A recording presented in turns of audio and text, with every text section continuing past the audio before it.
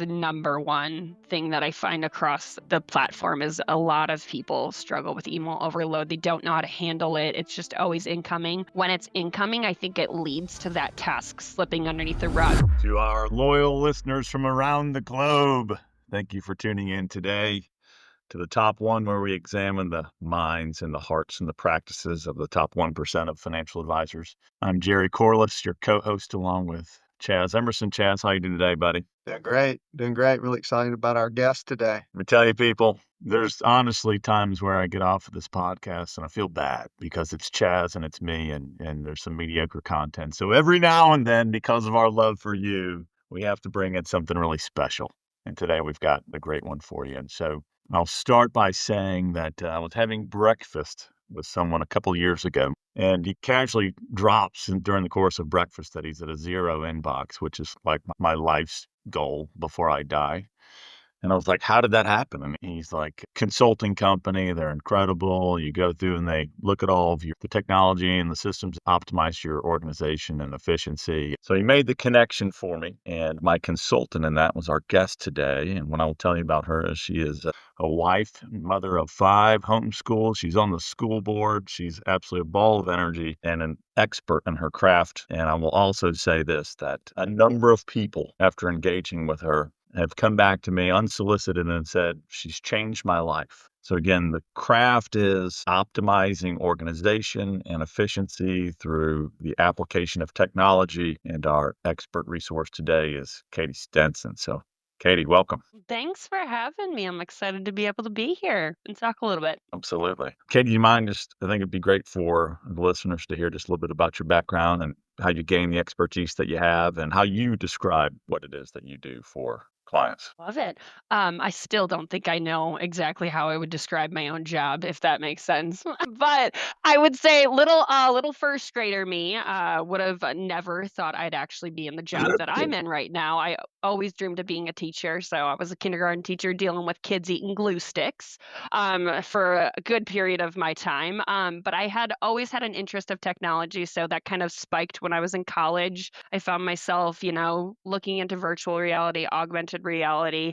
And then that kind of led towards me being a little bit more innovative inside of the classroom. And I was able to, help teachers with mathematics tools, literacy, and finding creative ways, again, to implement technology in not a scary manner. Because I think whenever we hear technology, we naturally, I can see you nodding. And you're like, yep, I'm scared frighteningly about technology. But I think it's a super powerful tool. It's got, unlimited capabilities. And I think it can be a really great resource when you utilize it, since it is at the top of our fingertips, right? We've got a lot of different places that we can access it. With that interest in technology, it led me to, present across the nation. And as I was presenting, there was a lot of, inputs on networking, and that led me to end up shifting away from education. So I shifted from education into business and started coaching, CEOs who were struggling with this battle of, how do I maintain some balance in my life? Like, this technology is overloading me. I'm feeling so much burden right now.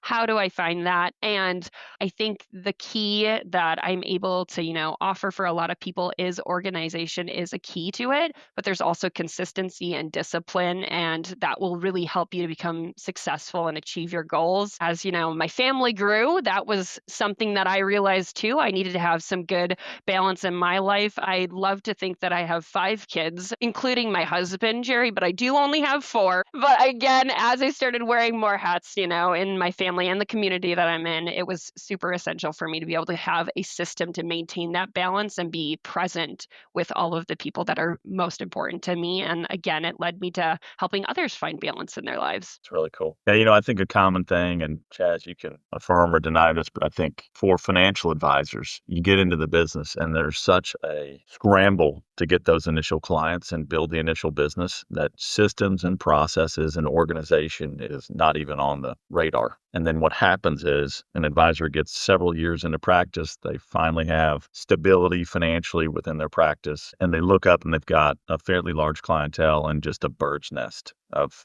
things that are everywhere. And I know for myself, I spent a tremendous amount of time. There came a point in my career, probably about 8 to 10 years in, where I felt like I was spending a fair amount of time every day just trying to find things. And so really recognize the need to be more organized. And of course, you've leveled that up 10 times as compared to the things that I'd explored. Chaz, you have any thoughts on any of that? I like to think of myself as a fairly organized person. I've got systems and had systems in place before meeting Katie. Man, she opened up this whole new world of efficiencies and how to utilize the technology that most of us already have at our fingertips. Which, as I was listening to you talk, Katie, it just kind of made me think when you're first engaging, because our primary audience are financial advisors, of course.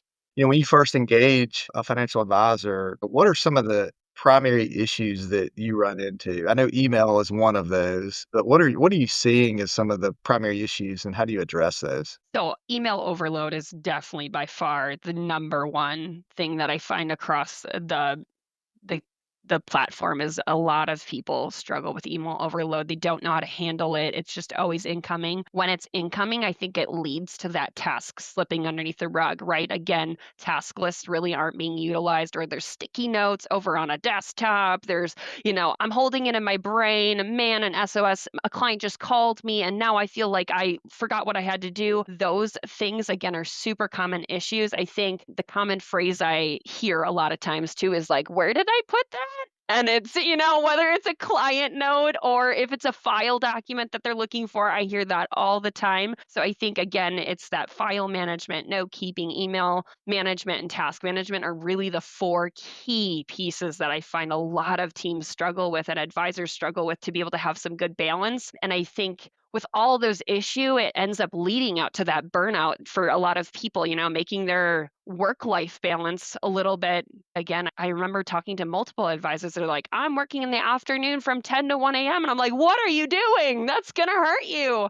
But it's the balance of it's impossible to achieve because our calendars are being booked up and we're not setting the boundaries to be able to say, yep, this is the amount of time I need to get these things done because I don't know what all those things are, right? And so again, it just leads to that no balance in that work life. And I think that's where we find ourselves most happy and finding most joy in our life. Hey, Katie, can you say that again? What did you say? There were 4 key areas that you see struggles, and what are those again? Email management, task management, note keeping, and then file documentation. And so let's dive in there for a little bit. What do you consider the fundamental tools for addressing those things and maybe best practices? And I know that's a giant question, but Do we have over 3 hours? I thought this was only for a little bit. Like you're trying to get me to squeeze 6 months worth of work in a 2-minute answer. Love it. No, I think the fundamental tools. So, one for email management, it's really important to know that email was made to give information and not hoard information. And I think that's where we commonly find ourselves is because a lot of people are like email. It's super fast. There's tons of people using it. Our culture has come up with this hustle culture, right? Where we're constantly getting fed things, solicitations, newsletters, you name it. You have a click of a button and you can send it out to thousands of people. yeah. That's what we're stuck in, right? And we can't change society, we can't change the culture, but the way that we handle it, again, we can. And that's where I think when it comes to email management, utilizing the features inside of it and understanding that, hey, just like I use my physical mailbox, I bring my mail in, I put it in the trash, I put it maybe in the junk drawer if you have something, but you're putting the save the dates in your calendar. We have a system with our physical mailbox. Our inbox needs to be treated the same exact way. So I think it's important to remember to offload the reprocessing that we're oftentimes doing, right?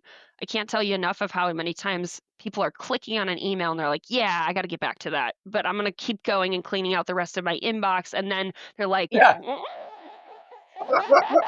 then they're going back to that email and they're like, oh yeah, nope, I still got to get that done, but I don't have time for that. I'm going to go back. I'll loop back around to that. That reprocessing is the thing that's taking up time. And that's the inefficiencies that so many people are doing. That again is what email was not intended for. Email was intended to give you information. That leads into that task management, right? That task management is your task list was there to help you prioritize information, right? Get that information from email, get that information from your wife or your husband, again, and pool all of those things together into one list where now you're able to see, here's everything I've got to get done, right? Whether it's your client notes or your client to-dos that they're telling you have to get done, anything, if you get that phone call or that text message, right? We want it all pulled onto that list, again, to avoid that reprocessing that we're constantly doing. It's then taking that moment once a week and saying, okay, here's the stuff I've got to get done. What do I need to get done by end of work week Friday? Now, eliminate the distractions, eliminate the distracting things that, yep, can wait a couple weeks, right?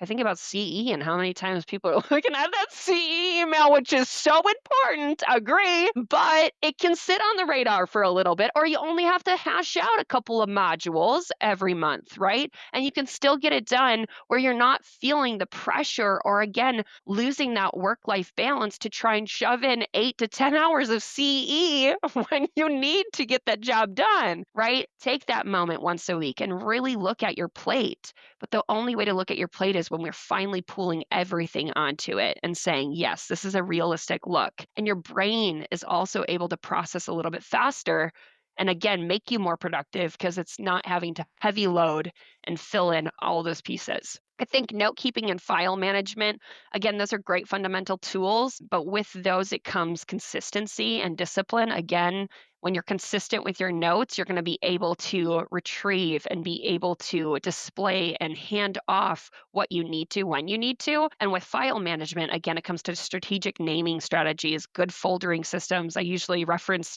being a grocery store, like if I told my husband, you got to go get a gallon of milk, he's going to know to go to the dairy section. Your files should be the same way. If you have a file, you should be able to know it has to go in my personal, it's got to go in the insurance folder, it's got to go in the investment folder. It's very particular and compartmentalized. Man, as you're going through those things, Katie, I can't help but think through all the things you've taught me that I still don't fully utilize. I know. But the things like archiving emails, renaming an email. I didn't even know you could rename an email so you could find it quicker. You know what I mean? And then Rename there's an these email? Huh? I Yes, you didn't can know you rename an email. The quick I'm gonna call them quick clicks, where you can turn an email into a task. I know there's probably a more proper name for that. And there's just so many small things you're kinda going through these. Golly, they just come to mind of, how bad I am at this. Well, and I don't think don't look at it as bad, right? Like we're all growing in our own different journeys. And I like to think of systems are something that, again, it's small steps towards a big goal. I like to think about it just like when you're maybe starting the year and you want to work out, right? You're not going to start out 7 days a week That's and exactly. work out. You're going to start out once a week and then work out. It's that building and consistency that, again, is going to drive you closer to that end goal and habit that you're really wanting to develop. I'll confess my sins here. I first met Katie, I think I had over 1,000 emails in my inbox, and now I'm consistently at around 100. And it's still not perfect, but man, it's so much better implementing some of these things that she's talking about. Yes, what I would say to our listeners, I would say that we particularly wanted Katie to join for a podcast to really emphasize how technology can be applied to optimize your organization and efficiency and thus improve your life, right? When we lack either financial margin or margin with our time, we feel stress. And so Katie relieves stress through these organizational and efficiency processes that she teaches to folks. And I also want to emphasize how much room there really is. So in our collective group, we have a number of practitioners that are extremely efficient and even by their own self-description would define themselves as systems and processes oriented people, highly organized. They were honestly initially a little skeptical of could they improve, and they are some of the raving fans of Katie today. And my point is, no matter how good you are, we're generally financial people, and there's a lot more room. And even in that, getting that last 1 or 2% out can really be tremendous improvements in efficiency and organization. Katie, there's some specific apps. I know there's a few things that you've introduced to me. Are there some specific apps that you recommend or tools? I'm thinking of things like OneNote and what you use that for and to do and what you use that for and those types of things that you can talk a little bit about. Yeah, the great news is, regardless of who's listening right now, any system you're in has the way that you can, again, organize and streamline it. I'd use it for even my personal things on Gmail, right? I'm a school board member, so those things are streamlining over there. But again, they can all come together. I think application-wise, though, Microsoft Suite is the place to be, and it has everything and anything underneath the stars for you. Outlook is great. It is one of those things that I'm utilizing. Obviously, there's a couple different versions, and with those different versions, it provides, some differences and discrepancies between them. But Outlook Again, To-Do is Microsoft's task management system. To-Do is a great individual task manager. So if you're looking to be able to, again, start in any spot, I would say that's probably the first spot to start. Give yourself one list to start to put everything on, give yourself that visual of this is what I've got to get done, and stay true to it. Again, pull the things on there. I can't tell you how many times I'm on my watch and I'm saying, hey, Siri, I got to go get these things done and put it on my task list. It's pulling it over there again. So that way I know I don't let this slip underneath me, even when I'm on the go. Again, in that hustle culture, it's just being consistent with it. But Microsoft To-Do is hands down, I would say, the number one application. If you're not utilize a task management system, that would be the game changer for you. The calendar, I think, goes hand in hand with that task management. So obviously, Microsoft's got calendar, your calendar, and being true to what you want to get done during the day and how much time you have to get done. I think that's where a lot of advisors have struggled is I don't have enough time, or I've now booked up so many meetings and so many people have this on my plate that I don't have time to get these emails that came through, right? There's so much more that came in my inbox that I just don't have time to address. It's because we're not doing a 2-week lookout, or we're not doing, hey, we have a holiday coming up. I only have 4 days this next week versus 5. How is that going to strategically need to be done in order for me to continue to get the same amount of workload or more that's being put on my plate?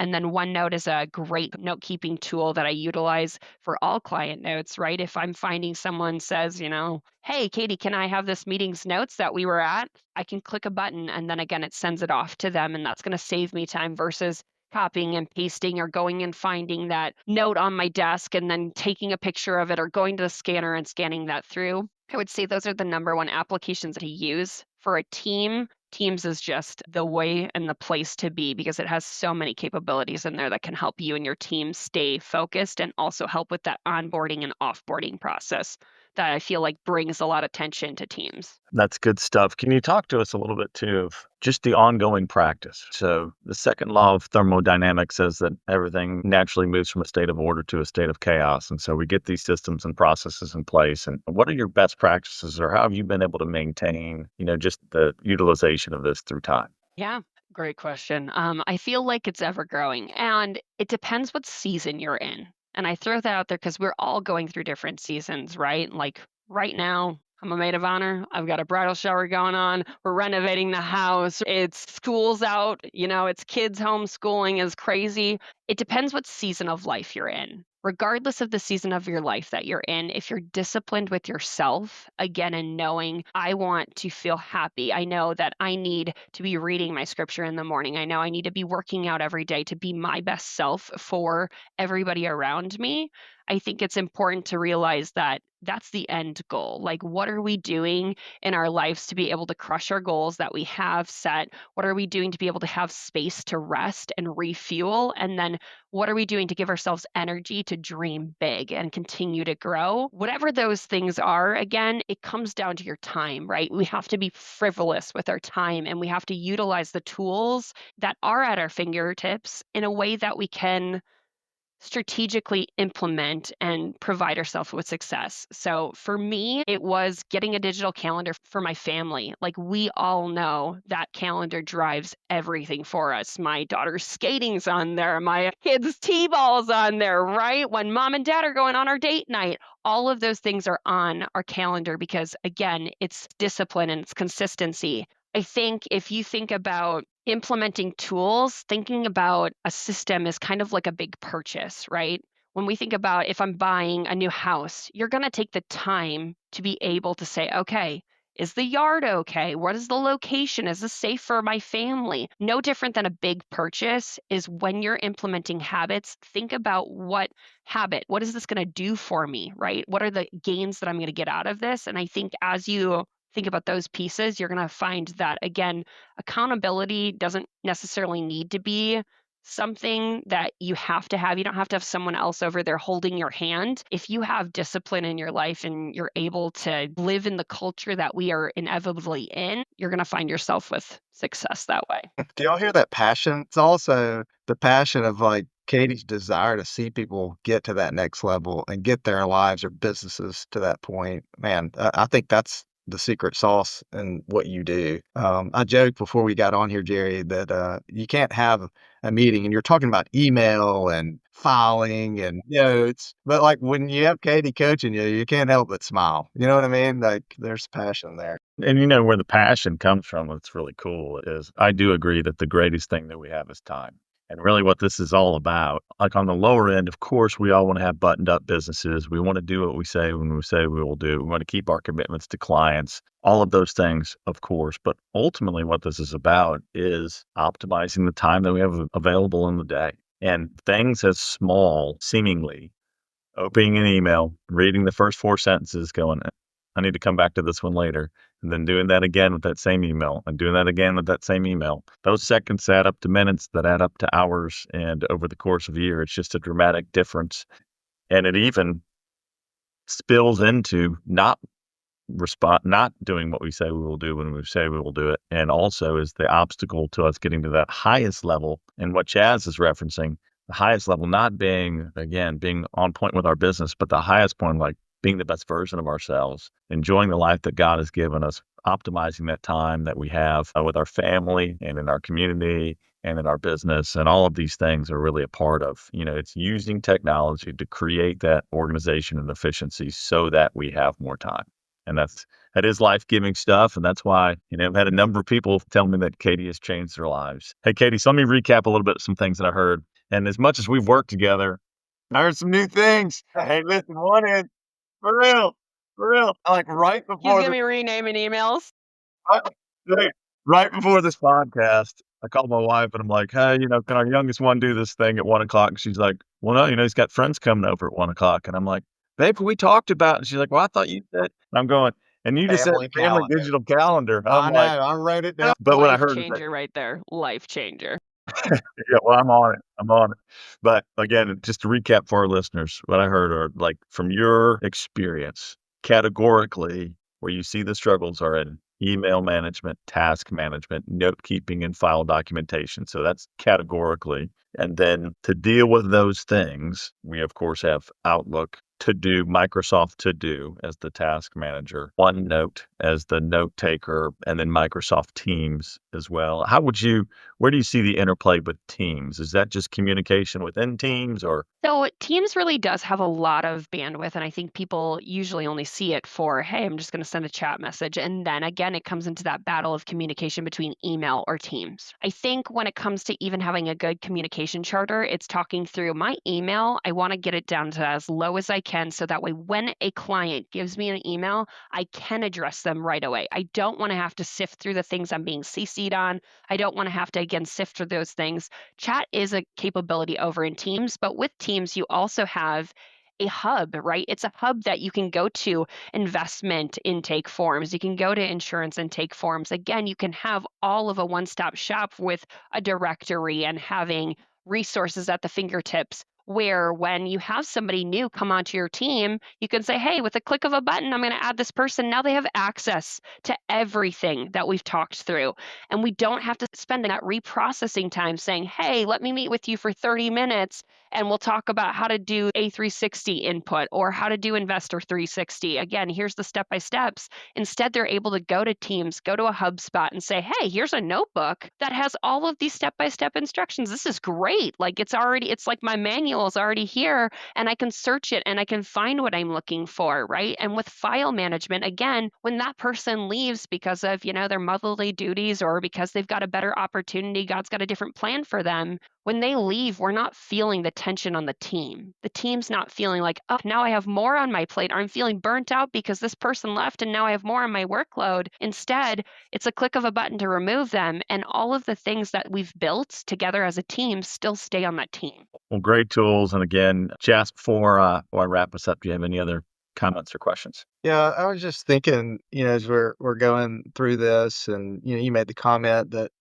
a lot of advisors that have utilized Katie services maybe didn't think they needed it, and then they probably are the biggest advocates for it after the fact. It's just to reinforce that we as advisors, as business owners, as financial planners need to be willing and ready to reinvest in our business, to reinvest in ourselves. And this is just one example of investing in yourself, any type of coaching program, things of this nature that you maybe don't think you need. I can't tell you over and over again, always gotten, I don't know that you could put a dollar figure on it, but I've gotten way more than what I invested in and out of it. And this would be another example for us in terms of what we do and just from an efficiency standpoint. And so, yeah, that would be my encouragement, is to think about what are ways that I can invest in myself, not just necessarily buy another piece of technology, but how do That's I right. utilize what I've got better? Yeah, so it's funny. My exhortation was exactly the same. On my daily routine, I have think for a period of the time. It's just where we have to work on the business, not just in the business, and how do we optimize and create more time professionally and personally. And none better that we've met up to this point. And Katie, thanks so much for being on with us this morning. We really appreciate you. Absolutely. Thanks, everybody. That's a wrap.